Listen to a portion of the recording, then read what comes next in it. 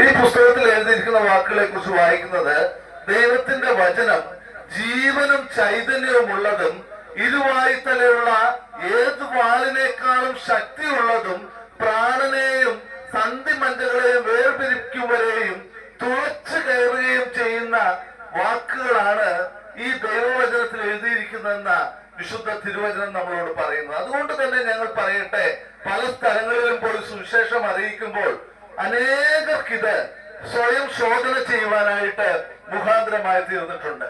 അനേകർക്ക് അവരുടെ ജീവിതത്തെ തന്നെ ദൈവസന്നിധിയിൽ താഴ്ത്തുവാനും ജീവിതത്തിൽ ചില തീരുമാനങ്ങൾ എടുക്കുവാനും ദൈവവുമായിട്ട് അടുക്കുവാനും ദൈവസന്നിധിയിൽ അവരുടെ ജീവിതത്തെ സമർപ്പിക്കുവാനും ഒക്കെ ഈ വചനങ്ങൾ അനേക വ്യക്തികളെ സഹായിച്ചിട്ടുണ്ട്. അതുകൊണ്ട് ഇത് ജീവനുള്ള വചനമാ. ഈ വചനം വിശുദ്ധ തിരുവചനത്തിൽ മറ്റൊരു വാക്കുകൂടി പറയുന്നുണ്ട്. ഈ തിരുവചനത്തിലെ വാക്കുകളെ വായിക്കുന്നവരും വായിച്ച് കേൾപ്പിക്കുന്നവരും അതിൽ എഴുതിയിരിക്കുന്നത് പ്രമാണിക്കുന്നവരും അനുഗ്രഹിക്കപ്പെട്ടവരാണ് എന്നും വായിക്കുന്നുണ്ട്. അങ്ങനെയാണെങ്കിൽ ഞങ്ങള് ഈ ഉച്ച കഴിഞ്ഞ സമയത്ത് ഈ വചനവുമായിട്ട് ഈ കവലയ്ക്കൽ ഈ ഭവനത്തിന്റെ വാതിൽക്കൽ നിൽക്കുമ്പോൾ തീർച്ചയായും ഇത് നിങ്ങൾക്കൊരു അനുഗ്രഹമായി തീരും, ഇത് നിങ്ങൾക്കൊരു ആശ്വാസമായി തീരും, ഇത് ഈ ദേശത്തിനൊരു വിടുതലായി തീരട്ടെ എന്ന് പ്രാരംഭമായി തന്നെ ഞാൻ ആശംസിക്കുകയാണ്. വിശുദ്ധ തിരുവചനത്തിലെ ഒരു വേദഭാഗം നിങ്ങളുടെ ഓരോരുത്തരുടെയും ശ്രദ്ധയ്ക്കായിട്ട് ഞാൻ ഇത്തരണത്തിൽ ഒന്ന് വായിച്ച് കേൾപ്പിക്കുകയാണ്. ഞാൻ ഇത് വായിക്കുന്നത്, ഒരു ധനവാനായ മനുഷ്യൻ, അദ്ദേഹത്തെ ലോക അഭിപ്രായ പ്രകാരം അല്പം ധനമുള്ളവനാണ്, സമ്പന്നനാണ്, പ്രശസ്തനാണെന്നൊക്കെ പറഞ്ഞാലും അദ്ദേഹത്തിന്റെ ജീവിതത്തെ കുറിച്ച് വിശുദ്ധ തിരുവചനം എന്താണ് പറയുന്നത് എന്ന് ഒന്ന് നിങ്ങളെ വായിച്ച് കേൾപ്പിക്കുവാനായിട്ടാണ് ഞാൻ ഈ വേദഭാഗം വായിക്കുന്നത്. ലൂക്കോസിന്റെ സുവിശേഷം 12-ാം അധ്യായത്തിന്റെ 17-ാം വാക്യം ഞാൻ നിങ്ങളെ ഒന്ന് വായിച്ച് കേൾപ്പിക്കുകയാണ്. ലൂക്കോസിന്റെ സുവിശേഷം 12-ാം അധ്യായത്തിന്റെ 17 മുതലുള്ള വാക്യങ്ങൾ, 16 മുതലുള്ള വാക്യങ്ങൾ. ധനവാനായ ഒരു മനുഷ്യന്റെ ഭൂമി നന്നായി വിളഞ്ഞു. അപ്പോൾ അവൻ, ഞാൻ എന്ത് ചെയ്യേണ്ടു, എന്റെ വിളവ് കൂട്ടിവെപ്പാൻ സ്ഥലം പോരെ എന്ന് ഉള്ളിൽ വിചാരിച്ചു. പിന്നെ അവൻ പറഞ്ഞത്, ഞാൻ ഇത് ചെയ്യും, എന്റെ കളപ്പുരകളെ പൊളിച്ച് അധികം വലിയവ പണിത് എന്റെ വിളവും വസ്തുവകയും എല്ലാം അതിൽ കൂട്ടിവെക്കും. എന്നിട്ട് എന്നോട് തന്നെ, നിനക്ക് ഏറിയ ആണ്ടുകൾക്ക് മതിയായ അനവധി വസ്തുവക സ്വരൂപിച്ചു വെച്ചിരിക്കുന്നു, ആശ്വസിക്കുക, തിന്നുക, കുടിക്കുക, ആനന്ദിക്കുക എന്ന് പറയും. ദൈവമോ അവനോട്, മൂട, ഈ രാത്രിയിൽ നിന്റെ പ്രാണനെ നിന്നോട് ചോദിക്കും, പിന്നെ നീ ഒരുക്കി വെച്ചത് ആർക്കാകുമെന്ന് പറഞ്ഞു. ദൈവ വിഷയമായി സമ്പന്നനാകാതെ തനിക്ക് തന്നെ നിക്ഷേപിക്കുന്നവന്റെ കാര്യം ഇങ്ങനെ ആകുന്നു. ഞാൻ ഈ കഥ വായിച്ചതിന് ഒരു ലക്ഷ്യമുണ്ട് പ്രിയമുള്ളവരെ.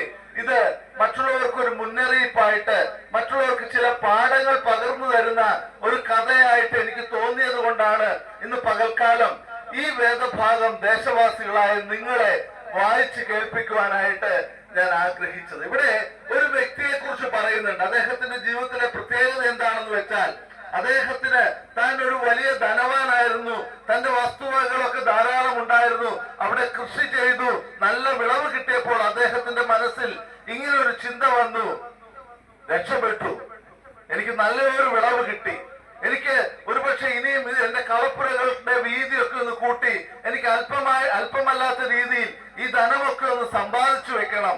ഇതെല്ലാം സമ്പാദിച്ചു വെച്ചതിന് ശേഷം എനിക്ക് എന്നോട് തന്നെ പറയണം, നീ തിന്നുക, കുടിക്കുക, ആനന്ദിക്കുക എന്ന് പറഞ്ഞ് സ്വയം തന്നെത്താൻ ആനന്ദിക്കാമെന്ന് ചിന്തിച്ച ഒരു വ്യക്തിയോട് ദൈവം പറഞ്ഞ വാക്കുകളാണ് ഞാൻ ഇവിടെ വായിച്ചു കേൾപ്പിച്ചത്.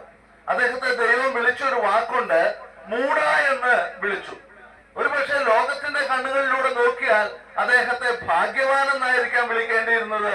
ലോകത്തിന്റെ കണ്ണോടുകൂടി നോക്കിയാൽ അദ്ദേഹത്തെ ദൈവം അനുഗ്രഹിച്ച വ്യക്തി എന്നായിരിക്കാം പറയുന്നത്.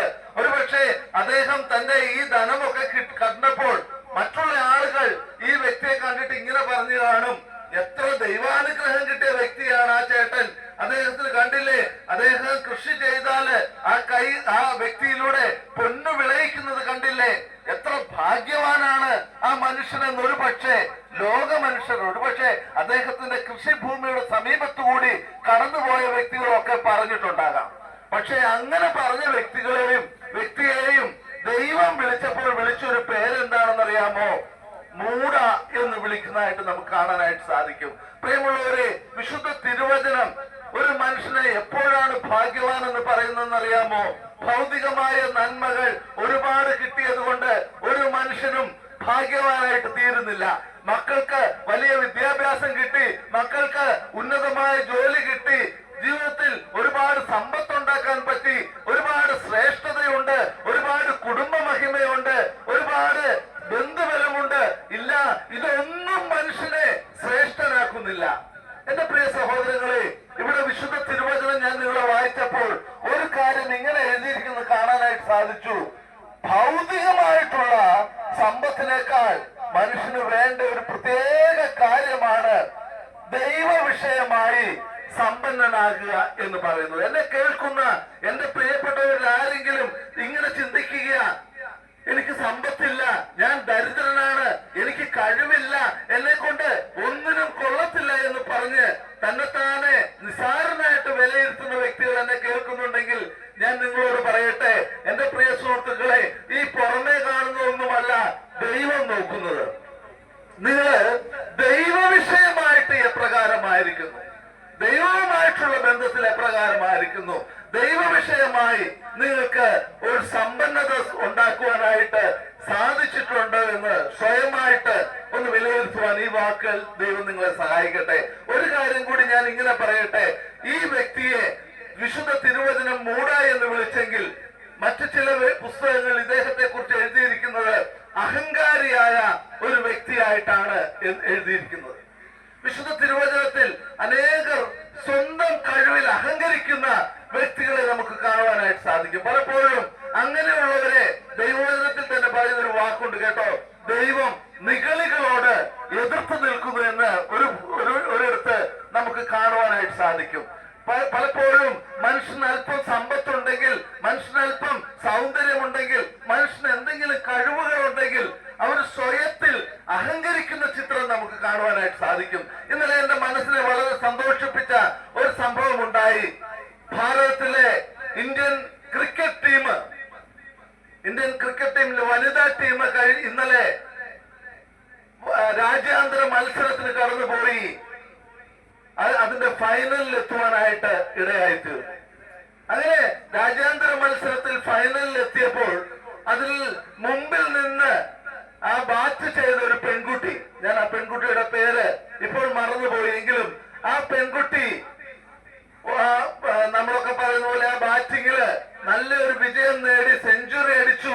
ആ തന്റെ ടീമിനെ, ഭാരതം എന്ന തന്റെ ടീമിനെ വിജയത്തിലേക്ക് നയിക്കുന്നതിന് ചുക്കാൻ പിടിക്കുവാൻ ആ പെൺകുട്ടിയെ കൊണ്ട് സാധിച്ചു. അങ്ങനെ ഭാരതത്തെ വിജയത്തിലേക്ക് നയിച്ച, ഭാരതത്തെ ഫൈനലിലേക്ക് നയിച്ച ആ പെൺകുട്ടിയോട് പത്രലേഖകര്, ഇന്നലെ നടന്ന കാര്യമാണ് ഞാൻ നിങ്ങളോട് പറയുന്നത്, പത്രലേഖകര് ഈ പെൺകുട്ടിയുടെ അടുക്കലേക്ക് ഓടി വന്നു. അല്ലയോ മകളെ, നിനക്ക് എന്തെങ്കിലും പറയുവാനുണ്ടോ എന്ന് ഈ പെൺകുട്ടിയോട് ചോദിച്ചപ്പോൾ ഈ പെൺകുട്ടി ആദ്യം പറഞ്ഞ വാക്ക് ഇങ്ങനെയാ.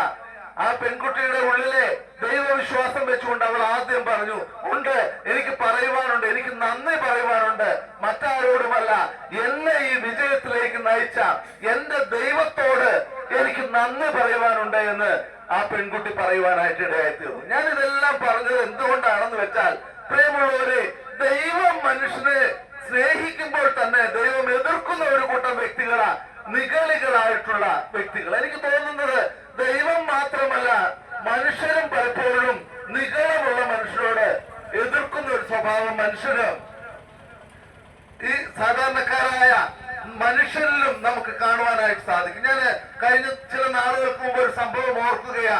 നമ്മളൊക്കെ വളരെ ബഹുമാനിക്കുന്ന ഗാനഗന്ധർവൻ എന്ന് പറയുന്ന നമ്മുടെ ആ വ്യക്തിവിശേഷം ഞാൻ തീർച്ചയായും ബഹുമാനിക്കുന്ന വ്യക്തിയാണ്. അദ്ദേഹത്തിന്റെ ഗാനങ്ങളൊക്കെ പലപ്പോഴും എനിക്ക് ഒരുപാട് ഇഷ്ടവുമാണ്. പക്ഷേ അദ്ദേഹം അത്രയും നല്ല ഒരു വ്യക്തിവിശേഷമായിട്ടും ഒരു പക്ഷേ ഒരു തെറ്റിദ്ധാരണയുടെ പേരിലായിരിക്കാം എങ്കിൽ പോലും തന്റെ ജീവിതത്തിൽ ഒരു അഹങ്കാരത്തിന്റെ ഒരു വാക്ക് ഒരിക്കൽ പറഞ്ഞത് എനിക്ക് കേൾക്കുവാനായിട്ടിടയായി. അതിന്റെ ദോഷം എന്താണെന്നറിയാവോ സംഭവിച്ചത്? അത്രയും നാള് ആളുകൾ ബഹുമാനത്തോടെ കണ്ടിരുന്നത് ഞാൻ മനസ്സിലാക്കുന്നത് ഇങ്ങനെയാണ്. എന്തോ ഒരു സ്കൂളിലെ പ്രോഗ്രാമിന് അവിടെ കടന്നു വരാനായിട്ട് പോയപ്പോൾ അവിടെ അല്പം കാലിൽ ചെളി പറ്റുമെന്ന് പറഞ്ഞ ആ വ്യക്തി ആ കാറിൽ നിന്ന് ഇറങ്ങാതെ മടങ്ങിപ്പോകാനായിട്ടിടയെ ആ ഒരൊറ്റ നിമിഷം കൊണ്ട് അതുവരെയും വളരെ ലോകം ബഹുമാനിച്ചിരുന്ന ആ വ്യക്തിയെ കുറിച്ച് പത്രമാധ്യമങ്ങൾ പോലും ഒരുപാട് അദ്ദേഹത്തിനെ ഇകഴ്ത്തി സംസാരിക്കുന്നതായിട്ട് നമുക്ക് കാണാനായിട്ട് സാധിച്ചു. ഞാൻ പറയാൻ വന്നത്, ലോകത്തിലെ മനുഷ്യൻ പോലും എത്ര കഴിവുള്ളവരാണെങ്കിലും, എത്ര സമർത്ഥനാണെങ്കിലും, എത്ര ശ്രേഷ്ഠനാണെങ്കിലും ഒരു വ്യക്തി അഹങ്കരിക്കുവാൻ തുടങ്ങിയാൽ അദ്ദേഹത്തെ ലോകത്തിലെ മനുഷ്യൻ പോലും പലപ്പോഴും വെറുക്കുന്ന ഒരു ചിത്രത്തിലേക്ക് നമുക്ക് കാണുവാനായിട്ട് സാധിക്കും. ഇതൊക്കെ ഞാൻ പറഞ്ഞത് എന്തിനാണെന്നറിയാമോ? ദൈവത്തിനും ഇഷ്ടമില്ലാത്ത ഒരു സ്വഭാവമാണ് അഹങ്കാരം എന്നുള്ളത്. ദൈവത്തിനും ഇഷ്ടമില്ലാത്ത ഒരു സ്വഭാവമാണ് സ്വയം പ്രശംസിക്കുക എന്നുള്ളത്. ഏതെങ്കിലും ഒരു വ്യക്തി തന്റെ സൗന്ദര്യത്തിൽ പ്രശംസിക്കുമ്പോൾ, ഏതെങ്കിലും ഒരു വ്യക്തി തന്റെ പണത്തിൽ പ്രശംസിക്കുമ്പോൾ, ഏതെങ്കിലും ഒരു വ്യക്തി തന്റെ കഴിവിൽ പ്രശംസിക്കുമ്പോൾ അദ്ദേഹത്തിന് നഷ്ടപ്പെടുന്നത് എന്താണെന്നറിയാമോ? ദൈവവുമായിട്ടുള്ള ആ ബന്ധം അവിടെ നഷ്ടപ്പെടുക. മറ്റുള്ള മനുഷ്യർ പോലും അദ്ദേഹത്തെ വെറുക്കുവാനായിട്ട് തുടങ്ങുക. അങ്ങനെയാണെങ്കിൽ പ്രിയമുള്ളവരെ, നമ്മുടെ ജീവിതത്തിൽ നമ്മൾ ഒരിക്കലും ചെയ്യരുതാത്ത ഒരു സ്വഭാവം ഏതാണെന്ന് വെച്ചാൽ അഹങ്കാരമാണെന്ന് നമുക്ക് കാണാനായിട്ട് സാധിക്കും. ഇവിടെ ഈ വ്യക്തി തന്റെ ജീവിതത്തിൽ അഹങ്കരിച്ചപ്പോൾ ദൈവം അവനോട് ചോദിച്ച വാക്കുകളായിരുന്നു ഞാൻ വായിച്ചു കേൾപ്പിച്ചത്. മൂഢ, ഈ രാത്രിയിൽ നിന്റെ പ്രാണനെ നിന്നോട് ചോദിച്ചാൽ നീ ഒരുക്കി വെച്ചത് ആർക്കാകും? എന്നാൽ പ്രിയമുള്ളവർ, ഒരു കാര്യം ഞാൻ നിങ്ങളോട് പറയട്ടെ. മറ്റൊരു അഹങ്കാരമുണ്ട് കേട്ടോ. എന്താണെന്നറിയാമോ?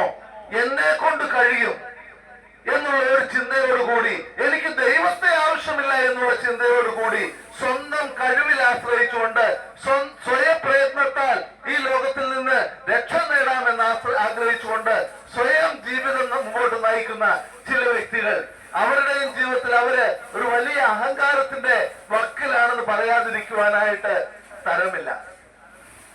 വിശുദ്ധ തിരുവചനം ആദ്യത്തെ പാപമായിട്ട് പറയുന്നത് പോലും അഹങ്കാരമാണ്. ഇത്രയും ഞാൻ പറഞ്ഞത് എന്താണെന്ന് വെച്ചാൽ, എന്റെ പ്രിയമുള്ളവരെ, തിരുവചനം നിങ്ങൾ ഈ മധ്യാഹ്ന സമയത്ത് കേൾക്കുമ്പോൾ നിങ്ങളോട് ചോദിക്കണം, എന്റെ കഴിവിൽ ഞാൻ അഹങ്കരിച്ചുകൊണ്ടിരിക്കുകയാണോ? എന്നെ കൊണ്ട് എന്തെങ്കിലും കഴിയുമെന്നുള്ള ചിന്തയിൽ സ്വന്തം പ്രയത്നത്തിൽ അഹങ്കരിക്കുന്ന ഒരു വ്യക്തിയായിട്ട് ഞാൻ തീർന്നിട്ടുണ്ടോ എന്ന് നമ്മളൊന്ന് ചിന്തിക്കണം. ഇനി മറുവശത്ത് ഈ ലോകത്തിൽ അഹങ്കരിക്കുവാൻ പറ്റുമായിരുന്ന ഒരു വ്യക്തി ഉണ്ടായിരുന്നു. അത് മറ്റാരുമല്ല, ഈ പ്രപഞ്ചത്തെ മുഴുവൻ സൃഷ്ടിച്ച ലോകത്തിന്റെ തന്നെ മനുഷ്യരാശിയുടെ തന്നെ സൃഷ്ടിതാവായ ദൈവം തമ്പുരാനാണ്. തനിക്ക് വേണമെങ്കിൽ ഞാൻ എന്നുള്ള ആ ഭാവത്തിൽ നിൽക്കാമായിരുന്നു. പക്ഷെ ദൈവം തമ്പുരാൻ ചെയ്ത കാര്യം എന്താണെന്ന് അറിയാമോ? കർത്താവായ യേശുവിന്റെ ജീവിതത്തെ കുറിച്ച് വിശുദ്ധ തിരുവചനം ഇപ്രകാരമാണ് പറയുന്നത്. ഏത് രീതിയിൽ വേണമെങ്കിലും അഹങ്കരിക്കാമായിരുന്നിട്ടും കർത്താവായ യേശു അഹങ്കരിക്കുകയല്ല ചെയ്തത്. അവൻ ദൈവരൂപത്തിലിരിക്കെ ദൈവത്തോടുള്ള സമത്വം മുറുകെ പിടിച്ചുകൊള്ളണമെന്ന് വിചാരിക്കാതെ ഈ ഭൂമിയിലേക്ക് വന്നപ്പോൾ ഏറ്റവും ശ്രേഷ്ഠതയോടുകൂടിയല്ല വന്നത്. കർത്താവായ യേശു ഈ ഭൂമിയിലേക്ക് വന്നത് എപ്രകാരമാണെന്നറിയാമോ? തിരുവചനത്തിൽ യേശുവിന്റെ ജീവിതത്തെ കുറിച്ച് എന്നെ ചിന്തിപ്പിച്ച ചില കാര്യങ്ങൾ ഇങ്ങനെയാണ്. കർത്താവായ യേശു ഈ ഭൂമിയിൽ വന്നപ്പോൾ പിറന്നു വീണത് വലിയ കൊട്ടാരത്തിലായിരുന്നില്ല. യേശുവിനെ അന്വേഷിച്ച് ചില വിദ്വാൻമാർ വന്നു. അവർ അന്വേഷിച്ചു ചെന്നത് യേശു കൊട്ടാരത്തിലായിരിക്കും പിറന്നു വീഴുക എന്ന. കാരണം യേശു ദൈവമാണല്ലോ, ദൈവസുതനാണല്ലോ. ഒരു കൊട്ടാരമായിരിക്കാം ദൈവം തനിക്ക് പിറക്കുവാൻ തിരഞ്ഞെടുത്തത് എന്നായിരുന്നു വിദ്വാൻമാരായ വ്യക്തികൾ, ജ്ഞാനികളായിട്ടുള്ള വ്യക്തികൾ ചിന്തിച്ചത്. പക്ഷേ വിശുദ്ധ തിരുവചനം പറയുന്നത് എന്താണെന്നറിയാമോ? കർത്താവായ യേശു ഈ ഭൂമിയിലേക്ക് വന്നപ്പോൾ തനിക്ക് പിറക്കുവാൻ, തന്നെ കിടത്തുവാൻ തിരഞ്ഞെടുത്തത് ഒരു കാലിത്തൊഴുത്തും അതിലുള്ള ഒരു പുൽക്കുടിലുമാണ് എന്ന് നമുക്ക് വായിക്കുവാനായിട്ട് സാധിക്കും. ഒരു കൊച്ചു കുടിലിൽ ഒരു നിസാരക്കാരനായ മാതാപിതാക്കളുടെ മകനായിട്ട് കർത്താവായ യേശു ഭൂമിയിലേക്ക് വന്നതായിട്ട് തിരുവചനം നമ്മളെ കാണിക്കുന്നു. അഹങ്കരിക്കാമായിരുന്ന വ്യക്തി, പക്ഷേ കർത്താവ് നമുക്ക് കാണിച്ചു തന്ന മാതൃക വിനയത്തിന്റെയും താഴ്മയുടെയും മാതൃകയായിരുന്നു. താൻ ശിഷ്യന്മാരായിട്ട് തിരഞ്ഞെടുത്ത ആരെയായിരുന്നു അറിയാമോ? വലിയ പ്രമാണികളെ ആയിരുന്നില്ല, വലിയ ബുദ്ധിശാലികളെ ആയിരുന്നില്ല, വലിയ കഴിവുള്ളവരെ ആയിരുന്നില്ല. നമുക്ക് തിരുവചനം നമ്മൾ വായിച്ചു കേൾക്കുമ്പോൾ കാണുന്നത് ആ കാലഘട്ടത്തിലെ ഏറ്റവും നിസ്സാരരായ മുക്കുവന്മാരെ ആയിരുന്നു ഈ കർത്താവായ യേശു തന്റെ ശിഷ്യന്മാരായിട്ട് തിരഞ്ഞെടുത്തത്. വിശുദ്ധ തിരുവചനം കർത്താവിന്റെ തിരഞ്ഞെടുപ്പിനെ കുറിച്ച് മറ്റു ചില വാക്കുകൾ ഇപ്രകാരം പറയുന്നുണ്ട് കേട്ടോ. വാക്യങ്ങൾ ഇങ്ങനെയാണ്: സഹോദരങ്ങളെ, നിങ്ങളുടെ തിരഞ്ഞെടുപ്പിനെ നോക്കുവിൻ. ബലമുള്ളതിനെ ലജ്ജിപ്പിക്കാൻ ദൈവം ലോകത്തിൽ ബലഹീനമായി തിരഞ്ഞെടുത്തു. കഴിവുള്ളതിനെ ലജ്ജിപ്പിക്കാൻ, കുലമുള്ളതിനെ ലജ്ജിപ്പാൻ കുലഹീനമായി തിരഞ്ഞെടുത്തു. ബുദ്ധിയുള്ളതിനെ ലജ്ജിപ്പിക്കാൻ ദൈവം ലോകത്തിൽ ഭോഷത്വമായി തിരഞ്ഞെടുത്തു. ഞാൻ ഇതെല്ലാം പറയുന്നതിന്റെ കാരണം എന്താണെന്നറിയാമോ? ഈ തിരുവചനം നിങ്ങൾ ഇന്ന് വൈകുന്നേരം കേൾക്കുമ്പോൾ നിങ്ങളുടെ മനസ്സിന്റെ ചിന്ത ഏത് രീതിയിലാണ് എന്ന് സ്വയം വിലയിരുത്തുവാനായിട്ടാണ്. പല മനുഷ്യന്റെയും ജീവിതത്തിൽ അവൻ പരാജയത്തിലേക്ക് പോകുന്നത് എന്നെ കൊണ്ട് കഴിയും, എനിക്ക് കഴിവുണ്ട് എന്ന് ചിന്തിക്കുന്നിടത്താണ്. എന്റെ പൊന്നു സഹോദരൻ, ഞാൻ ഇങ്ങനെ പറയട്ടെ, നമുക്ക് ഒരു കഴിവുമില്ല. ഒരു കാര്യം കൂടി പറയട്ടെ, നമ്മുടെ ജീവിതത്തിൽ നമ്മുടെ പാപത്തിൽ നിന്ന് മോചിപ്പിക്കുവാൻ പലപ്പോഴും ഞങ്ങൾ സുവിശേഷവുമായി ഓരോ സ്ഥലങ്ങളിലേക്കും കടന്നു വരുമ്പോൾ ഞങ്ങൾ അവരോട് ചോദിക്കും, എങ്ങനെയാണ് രക്ഷപ്പെടാൻ പറ്റുക? ഈ ലോകത്തിലെ ജീവിതത്തിന് ശേഷം മറ്റൊരു ജീവിതമുണ്ടെങ്കിൽ അത് എവിടെ പോകും? പലപ്പോഴും അഹങ്കാരത്തോടെ പറയുന്നവർ അവർ പറയും, അത് ഞാൻ നല്ല രീതിയിലൊക്കെ ജീവിക്കുന്നത്, ഞാൻ എന്നെ കൊണ്ട് പറ്റുന്ന കാര്യങ്ങളെല്ലാം ചെയ്യും. സ്വയം പ്രയത്നത്തിൽ പുകഴുന്ന വ്യക്തികളെ ഞങ്ങൾക്ക് കാണുവാനായിട്ട് കഴിഞ്ഞിട്ടുണ്ട്. വിശുദ്ധ തിരുവചനത്തിലും അപ്രകാരം ഒരു വ്യക്തിയെ കുറിച്ച് പറയുന്നുണ്ട്. ഒരു നീതിമാനെന്ന് സ്വയം പുകഴ്ത്തിക്കൊണ്ടിരുന്ന വ്യക്തി. അദ്ദേഹം എന്ത് ചെയ്തെന്നറിയാമോ? ഒരു ദൈവാലയത്തിൽ ചെന്നിട്ടും അദ്ദേഹം തന്നെത്താനെ പുകഴ്ത്തിക്കൊണ്ട് ആ ദൈവാലയത്തിൽ നിന്നുകൊണ്ട് പറഞ്ഞത് ഇങ്ങനെയായിരുന്നു. തന്റെ അടുത്ത് മറ്റൊരു പാപിയായ വ്യക്തി നിൽക്കുന്നത് കണ്ട് ആ സ്വയം പുകഴ്ത്തിക്കൊണ്ടിരുന്ന വ്യക്തി ഇങ്ങനെ പറഞ്ഞു, ദൈവമേ, ഞാൻ അങ്ങയെ സ്തുതിക്കുന്നു, ഈ പാപിയെ പോലെ ഞാൻ അല്ലാത്തത് കൊണ്ട് ഞാൻ അങ്ങയെ സ്തുതിക്കുന്നു എന്ന് പറഞ്ഞ് അദ്ദേഹം അവിടെ ഇരുന്ന് പോലും സ്വയം കഴിവിൽ, സ്വന്തം ശ്രേഷ്ഠതയിൽ പുകഴുന്ന ഒരവസ്ഥ കാണുവാനായിട്ട് സാധിക്കും. പക്ഷേ അതിന്റെ പരിണിത ഫലം എന്തായിരുന്നു എന്ന് വെച്ചാൽ അദ്ദേഹം നിരാശയോടുകൂടി ദൈവസന്നിധിയിൽ നിന്ന് തന്നെയും മടങ്ങിപ്പോകേണ്ടതായിട്ട് ഇടവന്നു. എന്നാൽ അവിടെ മറ്റൊരു വ്യക്തി ഉണ്ടായിരുന്നു, ജീവിതത്തിലെ പാപിയായിരുന്ന ഒരു വ്യക്തി. അദ്ദേഹം ദൈവസന്നിധിയിലേക്ക് വന്നപ്പോൾ തനിക്ക് പുകഴുവാൻ ഒന്നുമില്ലായിരുന്നു. അദ്ദേഹം ദൈവമുഖത്തേക്ക് പോലും നോക്കാതെ തല കുമ്പിട്ടുകൊണ്ട് അദ്ദേഹത്തിന് ഇപ്രകാരം ഒരു വാക്കേ പറയാനുണ്ടായിരുന്നുള്ളൂ, എന്റെ ദൈവമേ, പാപിയായ എന്നോട് കരുണ കാണിക്കണമേ. വിശുദ്ധ തിരുവചനം പറയുന്നത്, തന്റെ കഴിവിൽ ആശ്രയിക്കാതെ, തന്റെ ഇല്ലായ്മയിൽ ഒന്നും പുകഴുവാനില്ലാതെ ദൈവസന്നിധിയിൽ തന്നെത്താൻ താഴ്ത്തിയ ആ വ്യക്തി നീതീകരിക്കപ്പെട്ടവനായി സമാധാനത്തോടെ ഭവനത്തിലേക്ക് മടങ്ങിപ്പോയി എന്നാ വായിക്കുന്നത്. ഞാൻ ഇത്രയും പറഞ്ഞത് എന്തിനാണെന്ന് വെച്ചാൽ, പ്രിയമുള്ളവരെ, ദൈവം നമ്മളിൽ നിന്നൊരു താഴ്മ ആഗ്രഹിക്കുന്നു. കർത്താവായ യേശു താഴ്ന്നവനായിട്ട് ഈ ഭൂമിയിലേക്ക് വന്നതെന്ന് ഞാൻ പറഞ്ഞു. എന്തിനാണെന്നറിയാമോ? താഴ്മയുള്ള മനുഷ്യനെ കണ്ടെത്തുവാൻ. വിശുദ്ധ തിരുവചനം ഇങ്ങനെ പറയുന്നുണ്ട്, ദൈവം നിഗളികളോട് എതിർത്ത് നിൽക്കുന്നു, താഴ്മയുള്ളവർക്കോ അവൻ കൃപ നൽകുന്നു. അതിനുശേഷം കർത്താവ് ചെയ്തത് എന്താണെന്നറിയാമോ? ഈ ഭൂമിയിലെ ജീവിതത്തിലെ താഴ്മ അനുഭവിച്ച ഓരോ വ്യക്തികളെയും തന്റെ ജീവിതകാലത്ത് താൻ സഹായിച്ചതായിട്ട് നമുക്ക് കാണുവാനായിട്ട് സാധിക്കും. കുഷ്ഠരോഗികൾ വന്നു തന്റെ കൈകൾ കൊണ്ട് ആ വ്യക്തികളെ തൊട്ട് അവർക്ക് സൗഖ്യം നൽകിയതായിട്ട് കാണുന്നുണ്ട്. വിശക്കുന്ന വ്യക്തികളെ കണ്ടപ്പോൾ മനസ്സലിഞ്ഞ് അവർക്ക് വേണ്ട ആഹാരം കൊടുത്ത ഒരു ക്രിസ്തുവിനെ നമുക്ക് കാണുവാനായിട്ട് സാധിക്കും. ഏറ്റവും നല്ല സുഹൃത്തായിട്ട് കർത്താവ് മറ്റുള്ളവരെ കാണിച്ചു കൊടുക്കുന്ന ആരെയാണെന്നറിയാമോ? മറ്റുള്ളവരെ സഹായിക്കുന്ന നല്ല ശമരിയക്കാരനെ നോക്കിയിട്ട് കർത്താവ് പറഞ്ഞു, നിങ്ങളുടെ ജീവിതം ഇപ്രകാരമായിരിക്കണം. ഈ നല്ല ശമരിയക്കാരനായ ക്രിസ്തു തന്നെ താൻ താഴ്ത്തിയതിന്റെ താഴ്ച എവിടെ വരെയായിരുന്നെന്നറിയാമോ? വിശുദ്ധ തിരുവചനം ഇപ്രകാരമാണ് പറയുന്നത്, അവൻ ദൈവരൂപത്തിലിരിക്കെ ദൈവത്തോടുള്ള സമത്വം മുറുകെ പിടിച്ചുകൊള്ളണമെന്ന് വിചാരിക്കാതെ തന്നെ താൻ താഴ്ത്തി മനുഷ്യരൂപമെടുത്ത് വേഷത്തിൽ മനുഷ്യനായി വിളങ്ങി മരണത്തോളം, ക്രൂശിലെ മരണത്തോളം കർത്താവായ യേശു അനുസരണമുള്ളവരായി തീർന്നു. എന്റെ പ്രിയമുള്ളവരെ, ഒരു കുറ്റവാളിയെ പോലെ കാൽവരി ക്രൂശിൽ കർത്താവായ യേശു ക്രിസ്തു കിടക്കുന്നതിന്റെ ചിത്രം നമുക്ക് കാണുവാനായിട്ട് സാധിക്കും. മനുഷ്യൻ എത്രമാത്രം താഴ്ത്താമോ അത്രമാത്രം ക്രിസ്തു നമുക്ക് വേണ്ടി, മനുഷ്യരാശിക്ക് വേണ്ടി തന്നെത്താൻ താഴ്ത്തി. എന്തിനാണെന്നറിയാമോ? നമുക്കൊരു മാതൃക കാണിച്ചു തരുവാൻ. എന്റെ പ്രിയ സഹോദര, നമ്മളൊക്കെ അനുഭവിക്കേണ്ട പാപത്തിന്റെ ശിക്ഷ. വിശുദ്ധ തിരുവചനം മനുഷ്യൻ പാപിയാണെന്ന് പറയുമ്പോൾ അത് കേട്ടിട്ട് അഹങ്കാരത്തോടെ അല്ല, ഞാൻ പാപിയാണെന്ന് പറയുകയല്ല, പാപി അല്ല എന്ന് പറയുകയല്ല, സ്വയം ജീവിതത്തിലേക്ക് ഒന്ന് ശോധന ചെയ്യണം. കഴിഞ്ഞ കാലങ്ങളിൽ ജീവിതത്തിൽ കുറവുകൾ ഉണ്ടായിട്ടില്ലേ എന്നൊന്ന് ചിന്തിക്കണം. കുറവുകൾ ഉണ്ടായിട്ടുണ്ടെങ്കിൽ ദൈവത്തിനെ താഴ്ത്തിക്കൊണ്ട്, ദൈവമേ, ഞാൻ പാപിയാണ് എന്ന് സമ്മതിക്കണം. ഞാൻ പറഞ്ഞല്ലോ, ദൈവം എതിർക്കുന്നത് മനസ്സിൽ ഞാൻ എന്നുള്ള ഭാവമുള്ളവനെ.